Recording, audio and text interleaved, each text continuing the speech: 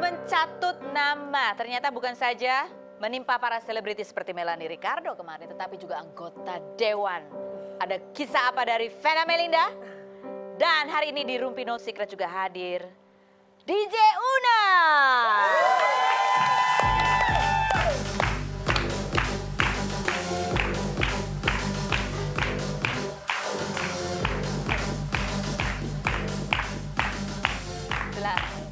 Pengacaranya namanya siapa? Reza.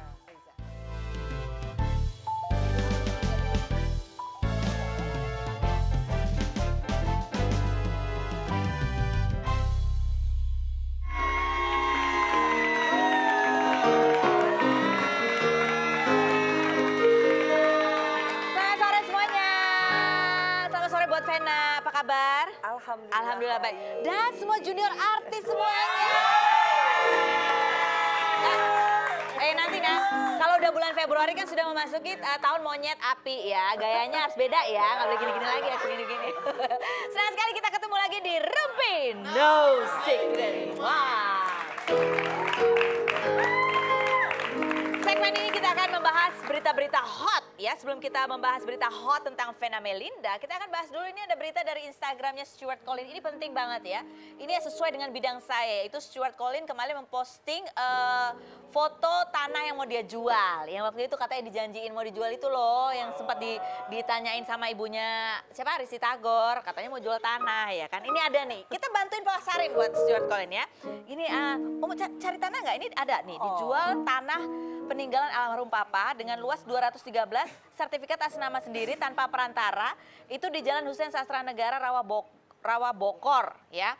Hanya 7 menit, hanya selemparan cabe dari Bandara Soekarno-Hatta katanya gitu, dan sangat cocok untuk dibuat mini hotel transit, usaha kos-kosan dan lain sebagainya. Yang serius boleh telepon. Kalau cuma mau kenalan aja bakalan diblok sama dia ya, jangan coba-coba. Kita bantuin pasarin loh. Siapa tahu berkah, siapa tahu cepat laku ya kan. Karena kan anaknya mau melahirkan, bener kan? Buat beli susu anak, iya. Sama kan mau sekolah pilot katanya. Jadi siapa tahu dengan nanti lunas dia bisa sekolah pilot. Gantungkan cita-citamu setinggi langit. Habis dari pembalap motor ya kan, jadi pilot. Oke, berita kedua. Ini dari Lucky Perdana. Coba kita lihat beritanya. Lucky Perdana bukan dengan Mas Ayu Clara. Lucky Perdana diam-diam segera menikah. Tapi dia menikahnya ini yang patah hati kira-kira siapa ya kalau Lucky Perdana menikah? Hah? Ya nggak tahu deh siapa ya. Pokoknya katanya pacarnya ini bukan artis dan dia masih belum mau ngomong karena kemarin dia sempat pacaran sama Mas Ayu Clara. Pacaran berapa? 7 tahun ya. 7 tahun mau nikah gitu-gitu ternyata nggak jadi. Aduh. Jadi kan agak gimana gitu ya. Jadi sekarang ini dia udah persiapan menikah apa segala macam tapi masih belum mau ngomong banyak gitu, cuma sepotong-sepotong aja. Kalau Feral belum ya? Oh jangan dong. Jangan dong langsung kaget. Masih 19. Masih 19. Rencananya kira-kira kalau dari bayangan kalau cowok 10 tahun lagi lah. 10 tahun lagi. Insya Allah. Iya, 29 29 pas ya. Nah, berikutnya ini juga ada dari Nia Daniati. Kita juga lihat dari akun Instagramnya diposting sekitar 7 minggu yang lalu. Dan ada beberapa juga nih yang baru. Nah, ternyata ada juga yang mencatut nama Nia Daniati untuk jualan jam Rolex. Begitu ya. Dan jam Rolex, jam merek itulah pokoknya ya. Dan ini juga iming-imingnya akan di hasil penjualannya akan buat charity. Gitu. Jangan-jangan sama nih pelakunya. Jangan, makanya kita cek ini. Charity juga kan. Ini ada chatnya. Jadi ini si pelaku ini yang mencatut nama Nia Daniati itu langsung japri ke calon korban. Ini bukan calon korban lagi, ini udah korban bahkan ya. Udah korban belum ya? Nggak tahu deh. Kata-katanya baksos lagi. Sama baksos juga. Baksos. Selamat pagi Mbak Dewi, maaf baru sempat balas kemarin ada kegiatan. Baik Mbak, aku konfirmasi dengan pihak panitia. Pembayaran bisa langsung ke nomor ini. Pembayaran bisa langsung transfer ke Bendahara Baksos. Baksos juga. Baksos. Oke. Nah ini kita lihat juga dari Instagramnya Nia Daniati gitu ya. Itu di 7 minggu yang lalu juga dia posting. Postingnya itu adalah dia memperingatkan bahwa ada akun Facebook yang mengatasnamakan Nia Daniati jualan tas. Facebook ya? Facebook juga. Ini Facebook juga. Sama juga. Facebook. Jadi jualan tas, terus yaitu tadi hasilnya akan pokoknya namanya Parsi, The Help Charity Event for All Mankind, lelang cepat tas branded original otentik begitu. Wow. Oke, oh sudah. Kita akan telepon dulu ke Nia Daniati, kita tanya ya. Halo Mbak Nia. Halo. Halo. Hai. Mbak Nia Halo. Daniati. Hai. Halo. Halo, terima kasih lo sudah meluangkan waktunya Nia. Iya. Kita mau tanya nih, ini kan ada Vena Melinda juga di sini yang kemarin baru melakukan press conference juga bahwa namanya dicatut di akun Facebook begitu.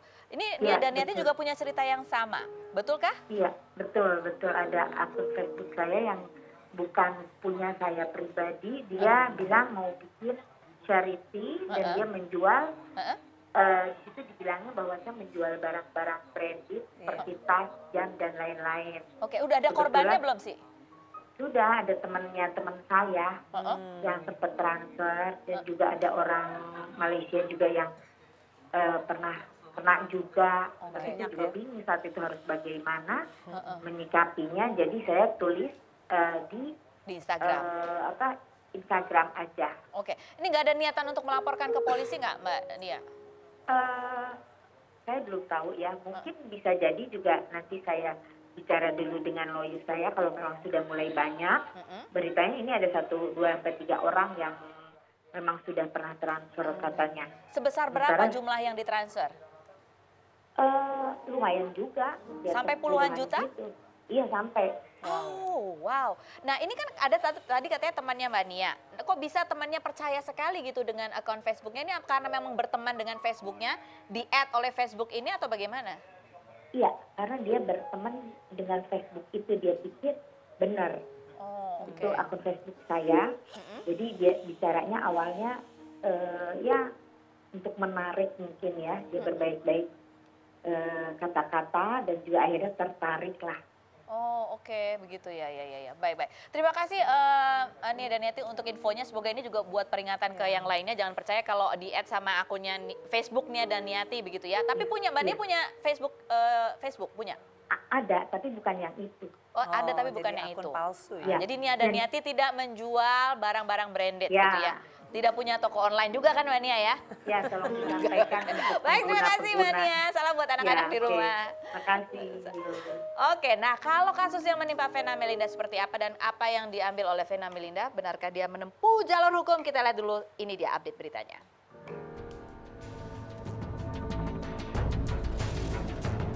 Senin kemarin, Vena Melinda mendatangi Polda Metro Jaya melaporkan oknum tak bertanggung jawab yang telah mencatut namanya di media sosial Facebook untuk melakukan penipuan berkedok jual beli online berupa aksesoris dan bahkan menambahkan keterangan dengan menyebut hasil penjualan akan disumbangkan kepada anak-anak penderita kanker dan cacat. Anggota DPR Komisi 10 itu mengetahui namanya dicatut dari sejak tanggal 2 Januari Sabtu kemarin. Hal itu ia ketahui dari seorang teman yang mengabarkan telah mentransfer uang 8 juta rupiah ke rekening pelaku yang disangka adalah rekening pribadi Vena Melinda. Awalnya Vena sempat menyayangkan sikap temannya yang langsung mentransfer tanpa mengabarkan dirinya terlebih dahulu, namun HP Vena seminggu terakhir kemarin memang sulit dihubungi karena tengah berada di Thailand. Vena yang merasa nama baiknya dicemarkan dan dirugikan, menggandeng pengacaranya Reza Nahastra berencana menjerat pelaku dengan Undang-Undang RI tahun 2008 terkait informasi dan transaksi elektronik serta pasal 45 ayat 1 terkait pencemaran nama baik dengan ancaman hukuman 6 tahun penjara dan denda uang sebesar 1 miliar rupiah. Saksikan kisah selengkapnya hanya di Rumpi No Secret.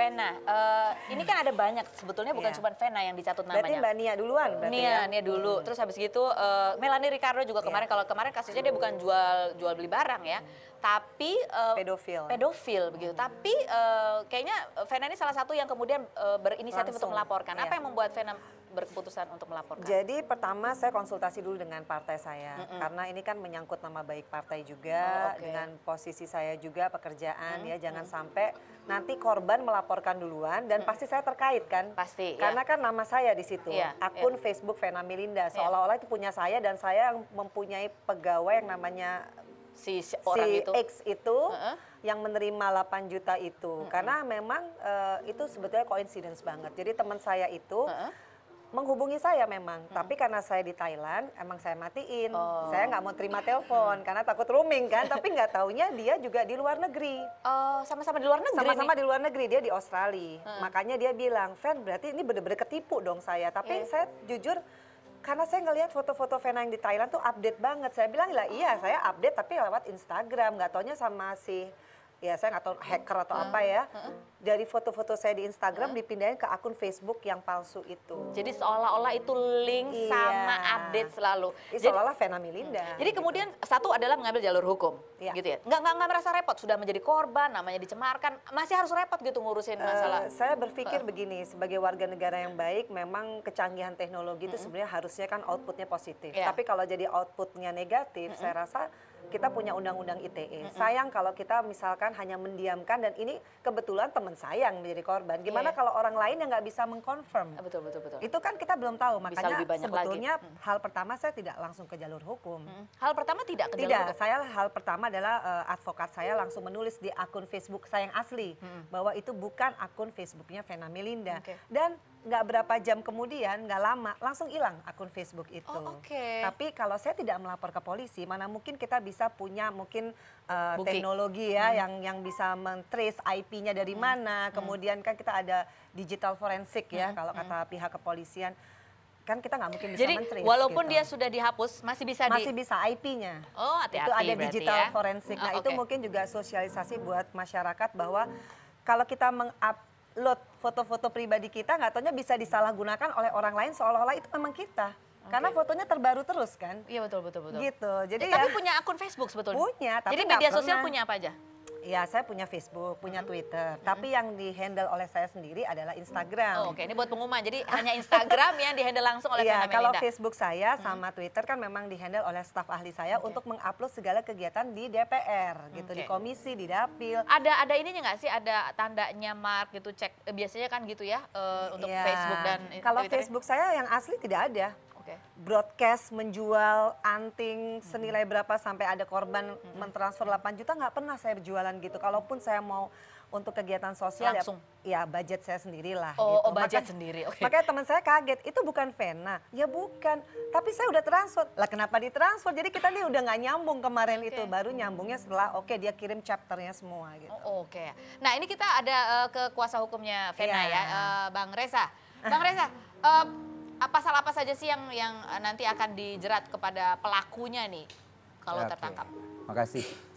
Sementara sih karena kan masih dalam tahap lidik ya. Ya. Tapi jadi yang pertama yang dilaporkan tuh dugaan pasal UU ITE. ITE. Ya. Itu Ancaman hukumannya berapa tahun? ancamannya sih sesuai sama undang-undangnya itu maksimal 6 tahun. Oh, maksimal 6 Nah, tahun. dengan Denda. dan denda sebesar maksimal denda sebesar 1 M, Oh, 1 miliar. Oke. Kemudian pasal apa lagi yang rencananya akan Kalau mengenai pasal kan itu nanti akan berkembang Sesuai seiring dengan dengan berjalannya penyelidikan. Apakah ini kan kalau pasal penipuan kan belum kemarin, karena kan yang kerugian uang kan bukan dari pihak klien saya kan, dari Iya. pihak temannya. Jadi kan Oke. yang paling penting adalah nama baiknya sudah digunakan untuk menipu orang lain melalui media elektronik. Makanya yang paling relevan untuk pada saat kemarin Adalah adalah pencemaran UU nama ITE baik. Oh, oke. yang ada kaitannya pasal 27 itu dengan pencemaran nama baik. Oke. Gitu. Jadi konsultasi ke polisinya sampai tapi kalau dari polisi sendiri mungkin ya bahwa itu bisa ditelusuri walaupun akunnya sudah dihapus. Iya, penelusuran kan macam-macam ya, Bu ya.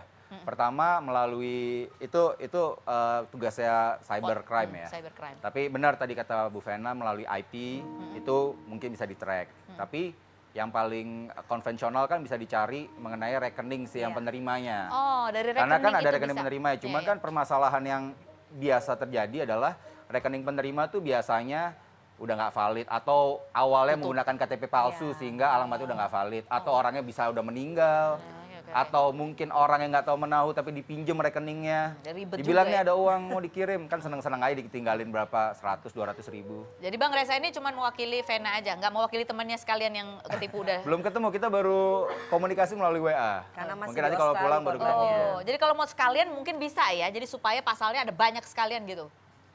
korbannya banyak. Oh iya. Pasal yang dikenakan karena bisa UU ITE-nya kan sudah termasuk bagian dari mengunggah informasi yang tidak benar apa Kalau sebagainya. mungkin dari aku pencemaran nama baik lewat media sosial. Tapi kalau mungkin dari korban dia ya korban penipuan, karena korbannya materi kan. Jadi kalau ini sebagai anggota dewan saya mau nanya ya. Jadi UU ITE itu sangat-sangat bermanfaat karena kan ada beberapa orang yang menganggap UU ITE ini pasal karet yang bisa digunakan untuk Jadi sebetulnya kadang-kadang mensosialisasikan undang-undang bisa lewat kasus itu sendiri. Kalau nggak ada kasusnya dan orang tidak menjadikan itu semacam apa ya, kita harus menggunakan undang-undang itu memang untuk punishment ya, dan melindungi warga negara. Dan khususnya melindungi warga negara. Karena kalau tidak digunakan, sama aja undang-undang itu kan untuk masyarakat gitu. Jadi kalau buat aku sendiri melaporkan, tapi aku serahkan kepada kepolisian karena aku yakin mekanismenya mereka yang lebih tahu. Tapi yang jelas kalau tidak dilaporkan, itu kesalahanku juga membiarkan penipuan lewat media online. Tapi ada rencana mau menutup beberapa media sosialnya katanya, betul? Aku sekarang tidak updating lagi Instagram. Udah kapok karena jadi kita nggak bisa lihat lagi tuh perut-perut six pack-nya Feral udah ya. Nggak six pack. Udah nggak six pack. Aku maksudnya kalau dia six pack. Oh gitu. Ya soalnya takut juga. Ya itu tadi gimana secanggih apa dia bisa memindahkan foto-fotoku dan itu seperti the real akunnya Vena Melinda di Facebook. Semuanya pindah semua foto-fotoku yang terbaru gitu. Oke, baiklah. Kasih tepuk tangan dulu buat Vena Melinda yang sudah mau sharing. Ini eksklusif ya, baru pertama kali di talk show Vena Melinda sharing ini. Semoga ini bisa menjadi apa peringatan juga buat yang lainnya bahwa Vena Melinda nggak jualan aksesoris. Iya. Dia jualnya DVD salsa. Oh enggak ya?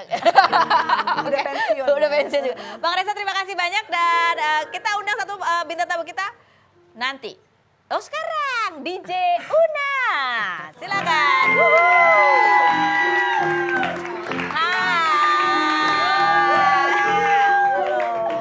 Halo, silakan duduk. Wah ini kibir-kibirnya siapa yang copot ya? Oh punya saya yang copot.